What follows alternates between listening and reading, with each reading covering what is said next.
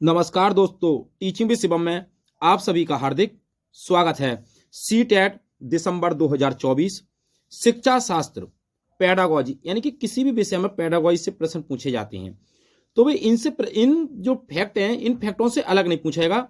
जैसे हम बात करें जीववाद, संज्ञान, रूपिम, उद्भवन, लिंग भूमिका, अहम केंद्रवाद, वस्तु स्थायित्व, संवेग, स्वनिम और यानी कि स्वनिम की बात करें और रूपिम और वाक्य विन्यास, आल सब्जेक्ट में ये पूछे जाएंगे भैया। आइए देखते हैं, एक एक बिंदु को बहुत ही बारीकी से समझें। सीटेट में यहां से अलग नहीं पूछता है भैया। जैसे हम बात करें भाई जीववाद, अब जीववाद शब्द आएगा तो जीववाद का मतलब क्या है?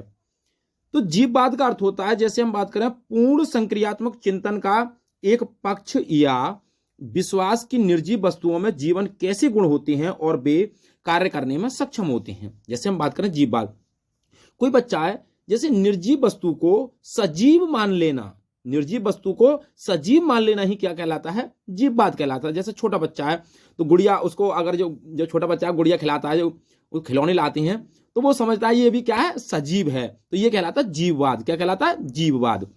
अगला है संवेदी स्मृति, यानी कि संवेदीगामक अवस्था से लिया गया सेंसरी मेमोरी। क्या होती है सेंसरी मेमोरी?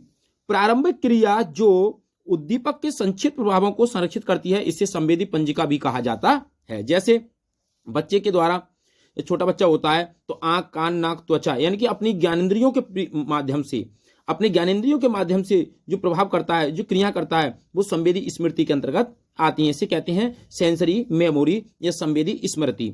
आइए नेक्स्ट अगला फैक्ट देखते हैं। अगला है द्विभाषिकता। द्विभाषिकता क्या है? द्विभाषिकता की बात करें, दो भाषाओं को सीखना, यानी कि दो भाषाओं को सीखना जिसमें भिन्न वाक, स्वपन, शब्दावली एवं व्याकरण नियम हो, यानी कि दो भाषा सीखना, तो उसे कहते हैं द्विभाषिकता। बाइलिंगुअलिज्म, जैसे इंग्लिश और इंग्लिश के माध्यम से हिंदी, हिंदी इंग्लिश और उर्दू, अलग अलग भाषाओं को सीखना, यानी कि दो भाषाओं को सीखना, तो द्विभाषिकता। और अनेक प्रकार की भाषा जानता हो तो उसे कहते हैं बहुभाषिकता। अगला है ऊर्ध्वगामी प्रक्रम। क्या होता है भैया? ऊर्ध्वगामी और एक होता है अधोगामी। ये पूछा जाएगा संस्कृत में, अवश्य पूछता है भैया, यहां से ऊर्ध्वगामी और अधोगामी से पूछता है। Bottom up processing. क्या है बॉटम? जैसे हम बात करें तली की, तो आकृति प्रत्यक्षण में अंश से पूर्ण की ओर प्रकृति करती है। अब अंश से पूर्ण की ओर का मतलब क्या है? जैसे कोई पेड़ है और उस पेड़ के पहले केवल हम पत्ते बताएं, उसके फल के बारे में बताएं, वो एक उसका अंश है, फिर पूरे पेड़ के बारे में बताएं, फिर पूरे पेड़ के बारे में बताएं, तो ये क्या पूर्ण है? अंश से पूर्ण की ओर। जैसे कोई कविता है तो उसके अंश को, उसके बिंदुओं को बताया जाए, जो महत्वपूर्ण बिंदु है उनको बताया जाए, फिर उसमें एक ही बार में उस पूरे कविता का सार बता दिया जाए, इनको उसका अर्थ बता दिया जाए, तो उसे कहते हैं भाई ऊर्ध्वगामी। आइए आगे देखते हैं। और अधोगामी क्या होता है? अधोगामी का मतलब है पहले उसका अर्थ बता दिया जाए, बाद में उसको तोड़ तोड़ कर बताया जाए, तो उसे कहते हैं भैया यानी पूर्ण से अंश की ओर। आइए नेक्स्ट आगे देखते हैं। अगला क्या कह रहा है भैया? अगर कंटेंट आपको अच्छा लग रहा हो तो वीडियो को ज्यादा से ज्यादा शेयर करें और लाइक करें, और कमेंट बॉक्स में भी बताएं भी अपना सुझाव देकर। विचार विमर्श क्या होता है? विचार विमर्श क्या होता है? विचार विमर्श क्या है? ब्रेनस्टॉर्मिंग, दिमाग के अंदर, जैसे समस्या समाधान युक्ति, जिसमें व्यक्ति या समूह समस्त संभावित विचारों को एकत्र करते हैं और तभी मूल्यांकन करते हैं जब सारे विचार एकत्र कर लिए गए हों।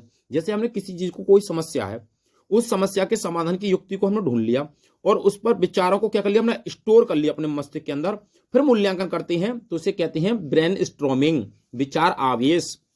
केंद्रीकरण क्या है भैया? केंद्रीकरण क्या है?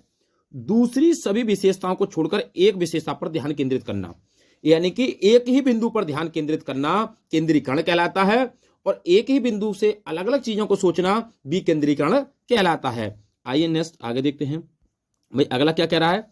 सिरापदामुविक स्वरूप क्या है? वह क्रम जिसमें सबसे अधिक विकास शीर्ष पर होता है। सबसे ज्यादा विकास कहां होता है भाई? शीर्ष पर होता है, यानी कि सिर से पैर की ओर।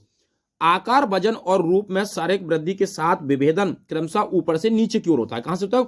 ऊपर से नीचे की ओर होता है। तो तभी तो कहते हैं सिरापदोविमिक, यानी कि सिर और फिर पद यानी कि पैर, तो सिर से पैर की ओर। अगला है संज्ञान। संज्ञान क्या है भाई? कॉग्निशन क्या है? कॉग्निशन क्या है? जानने के साथ जुड़ी सभी मानसिक प्रक्रियाएं यथा प्रत्यक्षण करना, चिंतन करना और याद करना इत्यादि ये सूचना प्रक्रमण, समझ एवं संप्रेषण से संबंधित है। किसी चीज को याद करना, उसके बारे में चिंतन करना, मनन करना, ये सब क्या है? संज्ञान है। क्या है? संज्ञान, ज्ञान। बेंजामिन एस ब्लूम के द्वारा बताए गए हैं ज्ञान, बोध, प्रयोग, विश्लेषण, संश्लेषण और मूल्यांकन। तो ज्ञान क्या है भाई? पहली स्टेज है उनकी, किसकी भैया? बेंजामिन एस ब्लूम की। आइए नेक्स्ट आगे देखते हैं। अगला कह रहा है भैया संज्ञानात्मक मानचित्र क्या है भाई? संज्ञानात्मक मानचित्र क्या है? एक व्यक्ति के परिवेश की रूपरेखा का मानसिक प्रतिरूप, यानी कि एक ही व्यक्ति है, उसके परिवेश की जो रूपरेखा, उसका मानसिक प्रतिरूप क्या है? उदाहरण की बात करें, जैसे एक भूल भुलैया की खोज के बाद, एक भूल भुलैया की अगर खोज के बाद एक चूहे इस तरह से व्यवहार करते हैं, तो उसी को क्या कहते हैं भाई? संज्ञानात्मक मानचित्र कहते हैं। मानो उन्होंने उसका संज्ञानात्मक मानचित्र सीख लिया हो। भाई एक भूल भुलैया की खोज करने के बाद चूहे जिस तरीके से व्यवहार करते हैं, इधर उधर जाना, तो वो क्या कहलाता है? संज्ञानात्मक मानचित्र। यानी कि उस चाहे बच्चा हो, तो बच्चा भी जब खोजबीन कर लेता है तो उसी की तरह व्यवहार करता है, तो उसके दिमाग में क्या होता है? संज्ञान हो जाता है। उसका जो मानचित्र, उसका मैपिंग तैयार कर लेता है, उसे कहते हैं संज्ञानात्मक मानचित्र। अनुबंधन क्या है भैया? किसी से जोड़ लेना। पावलाव ने बताया था अनुबंधन का सिद्धांत भैया, एक व्यवस्थित प्रक्रिया जिसके माध्यम से उद्दीपक के प्रति नई अनुक्रियाएं सीखी जाती हैं। क्या है अनुबंधन भैया? एक व्यवस्थित प्रक्रिया है जिसके माध्यम से उद्दीपक के प्रति नई नई क्रियाएं होती हैं, वो सीखी जाती हैं, उसे अनुबंधन कहते हैं। क्या कहते हैं? अनुबंधन कहते हैं। आइए नेक्स्ट अगला है। अगला कह रहा है संरक्षण। अब भाई संरक्षण क्या है? कंजर्वेशन क्या है? तो बाह्य परिवर्तनों के बावजूद स्थितियों अथवा वस्तुओं के कुछ गुणों में स्थायित्व या अपरिवर्तनीयता का यानी क्या होता है? विश्वास हो जाता है। जैसे कोई बाह्य परिवर्तन है, आपके अंदर कोई बाह्य परिवर्तन हुआ, कोई चीज सीखी हमने, उसके बावजूद जो हमारी वस्तु के कुछ गुण हैं, स्थायित्व हैं, उनमें क्या हो जाए? अपरिवर्तनीय हो जाए। अपरिवर्तनीय हो जाए तो अपरिवर्तनीय का विकास हो जाए, विश्वास हो जाए, तो उसे संरक्षण कहते हैं। यानी कंजर्वेशन करना, उसका ऑब्जर्वेशन। अभिसारी चिंतन क्या होता है? दो, एक अपसारी एक अभिसारी। तो अभिसारी चिंतन क्या है भैया? ऐसा चिंतन जो समस्या के एक ही समाधान की ओर निर्देशित करता है। यानी कि अभिसारी चिंतन क्या होता है? कोई भी टॉपिक हो, कोई सवाल हो, गणित का हो या किसी का हो, तो भैया केवल उसका एक उत्तर आए, यानी कि केवल एक ही उसका आंसर हो, तो क्या कहलाता है? अभिसारी चिंतन कहलाता है। यानी कि किसी भी समस्या समाधान का केवल एक ही उत्तर हो, तो उसे अभिसारी कहते हैं। और किसी समस्या के बारे में अनेक प्रकार से उसके बारे में सोच लेना कि जो समस्या किस प्रकार से ठीक हो सकती है भैया, तो उसे कहते हैं अपसारी। यानी कि भाग की जगह क्या आ जाएगा भैया? आ और पा, अपसारी चिंतन कहते हैं उसे। क्या कहते हैं? अपसारी चिंतन। आइए नेक्स्ट अगला है सृजनात्मकता क्या भैया? तो सृजनात्मकता की बात करते हैं। क्रिएटिविटी क्या है? क्रिएटिविटी भाई नई नई खोज करना, नई नई चीजों को सीखना, उसे कहते हैं भाई सृजनात्मकता। अभिनव और असाधारण तरीके से सोचने की योग्यता और समस्या को अन्य ढंग से हल करना, यानी कि समस्या को अलग अलग तरीके से हल करना सृजनात्मकता होती है, क्रिएटिविटी होती है। निगमनात्मक तर्क क्या है भैया? यानी कि नियम से उदाहरण की ओर किसी तर्क की आधारिका को स्वीकार कर एक निष्कर्ष तक पहुंचना और फिर औपचारिक तार्किक नियमों का अनुसरण करना।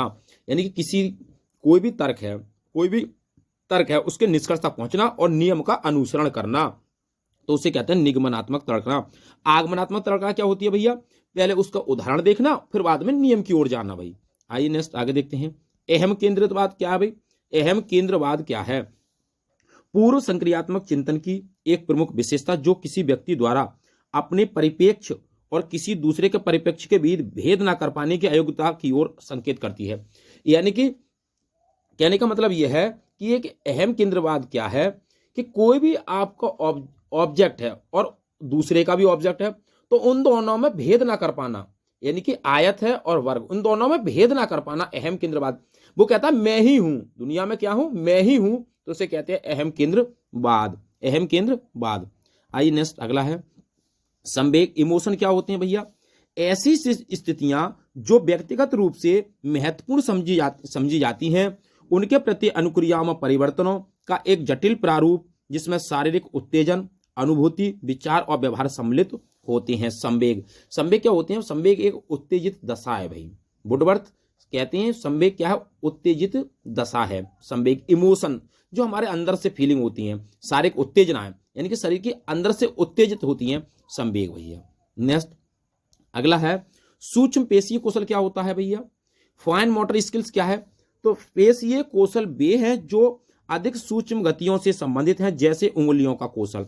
शुरुआती समय में जब बच्चा होता है तो उंगलियों के माध्यम से सीखता है, वे किसी भी अक्षर पर फहराएगा तो उंगलियों के माध्यम से सीखता है, उसे कहते हैं सूक्ष्म पेशीय कौशल। यहां से जरूर पूछेगा भाई, ये प्रश्न जरूर आता है सूक्ष्म पेशीय कौशल से। प्रक्रियात्मक स्थिरता क्या है भैया? तो फंक्शनल फिक्सडनेस क्या है? किसी भी चीज के बारे में केवल उनके सामान्य प्रकारों के संदर्भ में सोचना। कोई भी चीज है उसके केवल प्रकारों के संदर्भ में ही सोचना, जो समस्या समाधान के लिए एक बाधा होती है। जैसे आपको कील ठोक रहे हैं तो केवल उसी के बारे में सोचना, तो क्या एक बाधा सी है, समस्या समाधान के लिए क्या बाधा सी है, तो उसे कहते हैं प्रकार्यात्मक स्थिरता। आइए नेक्स्ट अगला है। अगला कह रहा है लिंग पहचान क्या है भाई? जेंडर आइडेंटिटी क्या है? पुरुष या महिला होने की समझ जो 3 वर्ष की उम्र होने तक बच्चों में आ जाती है। कौन पुरुष है कौन महिला है, ये बच्चे के अंदर 3 वर्ष की उम्र तक आ जाती है। लिंग भूमिका क्या है? जेंडर रोल क्या है? प्रत्याशाओं का एक समुच्चय है। क्या? प्रत्याशाओं का एक समुच्चय है जो ये निर्धारित करता है कि किस प्रकार महिलाओं और पुरुषों को विचार करना चाहिए। भाई लिंग भूमिका क्या है? किस प्रकार से महिलाओं को विचार करने चाहिए और पुरुषों को किस प्रकार से विचार करने चाहिए, कार्य करना चाहिए और उनका अनुभव करना चाहिए। भैया महिलाओं के कार्य क्या होते हैं, पुरुषों के कार्य क्या होते हैं, ये लिंग भूमिका ही तो है। आइए नेक्स्ट अगला क्या है भैया? आगे है उद्भवन। भाई उद्भवन क्या है? यहां से प्रश्न जरूर पूछेगा भैया। सृजनात्मक प्रक्रिया में एक अवस्था जिसमें सचेतन स्तर पर प्रगति प्रकट नहीं होती। जब बच्चा सीखता है तो सचेतन प्रक्रिया में हो तो यह प्रकृति प्रकट नहीं होती, जबकि अचेतन मन किसी विचार या समाधान पर कार्य करता है। तो अचेतन मन काम कर ले, जो हम ना सोचें वो काम हो जाए, उद्भवन कहलाता भैया। नेक्स्ट अगला है आगमनात्मक तर्कणा क्या है भैया? पहले ही हमने बता चुकी हैं। वह तार्किक प्रक्रिया जिसके द्वारा विशेष घटनाओं से सामान्य सिद्धांतों तक पहुंचा जाता है, यानी कि उदाहरण से सिद्धांत की ओर, उदाहरण से नियम की ओर पहुंचा जाता है, तो आगमनात्मक तर्कणा कहलाती है भाई। अधिगम अशक्तता क्या होती हैं? लर्निंग डिसेबिलिटीज क्या हैं? सीखने की अशक्तता वाले बच्चे होते हैं इसमें भाई। सामान्य से अधिक बुद्धि वाले भी होते हैं। कई शैक्षिक क्षेत्रों में कठिनाई का अनुभव भी करते हैं भैया बच्चे, किंतु अन्य दूसरे क्षेत्रों में कोई कमी नहीं प्रदर्शित करते। किन्हीं अन्य दिशाओं या विकारों से ग्रस्त नहीं होते हैं, तो उनकी सीखने की समस्याओं की व्याख्या कर सकें। तो यह अधिगम की अशक्तता। कमियां बच्चे के अंदर क्या क्या कमियां होती हैं सीखने के दौरान, तो यही तो है अधिगम अशक्तता, डिसएबिलिटीज। आइए नेक्स्ट आगे देखते हैं भाई। अगला है अधिगम लर्निंग क्या है भैया? तो अनुभव के कारण प्राणी के व्यवहार में होने वाला अपेक्षाकृत स्थायी परिवर्तन क्या कहलाता है भैया? अधिगम कहलाता है। और अधिग्रहण क्या है? कि बच्चा बिना सीखे कुछ सीख जाए, परिवेश से सीख जाए, तो उसे अधिग्रहण कहते हैं। अधिग्रहण की प्रक्रिया क्या होती है? स्वाभाविक होती है। और अधिगम की प्रक्रिया क्या होती है? प्रयासजन्य होती है। तो अधिगम क्या है? प्रयासजन्य। और अधिग्रहण क्या है भैया? अधिग्रहण क्या है?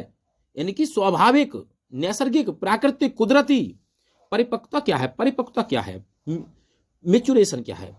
तो परिवर्तनों की क्रमबद्ध श्रृंखला जो प्रत्येक व्यक्ति के आनुवंशिक ब्लूप्रिंट रूपरेखा से तैयार होती है। परिपक्वता कहते हैं ना कि जब बच्चा जवानी में होता है तो परिपक्व नहीं होता, थोड़ा सा ऊपर जाता है, थोड़ा परिपक्व हो चुका है, तो इसे ये तो होता है भैया। आइए नेक्स्ट आगे देखते हैं। नैतिक विकास क्या है?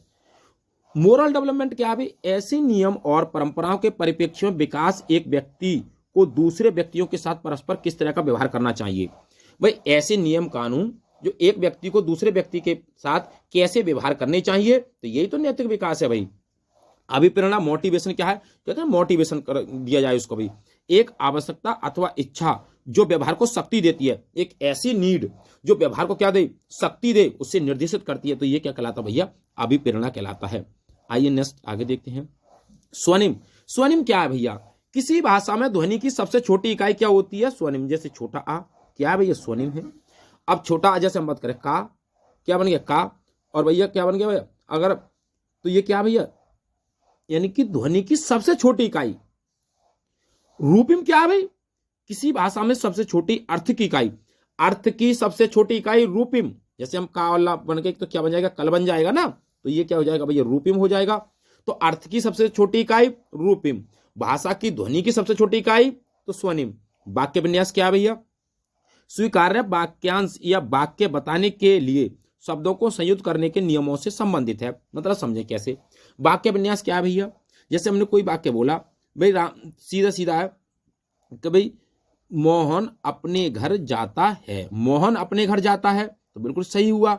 अगर मैं इसी को कह दूं मोहन जाता है अपने घर, तो ये वाक्य विन्यास की दृष्टि से गलत हो गया।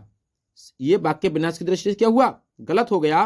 तो यही तो था, सही क्रम में लिखना तो वाक्य विन्यास कहलाता है भैया। नेक्स्ट आगे देखते हैं, वस्तु स्थायित्व का गुण क्या होता है, यानी कि ऑब्जेक्ट परमेनेंस क्या है। ये समझ है कि वस्तु और घटनाएं तब भी अस्तित्वमान होती हैं जब वे प्रत्यक्ष रूप से दिखाई सुनाई नहीं पड़ती और ना ही स्पर्श के अनुभव में आती हैं। तो वस्तु स्थायित्व क्या है, कोई भी चीज हमें दिखाई या सुनाई नहीं पड़ती, ना ही स्पर्श कर सकते, फिर भी क्या होती हैं, वो हमारे अस्तित्व में आ जाती हैं। जैसे आप नैनीताल गए, ताजमहल देखा, लेकिन हमारे अस्तित्व में आ गई, लेकिन हमने क्या उसको स्पर्श या नहीं देखा हो, बाई चांस हम कहते हैं हमने नहीं देखा भी ताजमहल, लेकिन ताजमहल की जब बात आ जाए तो ये क्या है, हमारे दिमाग में तुरंत आ जाती है वो चीज।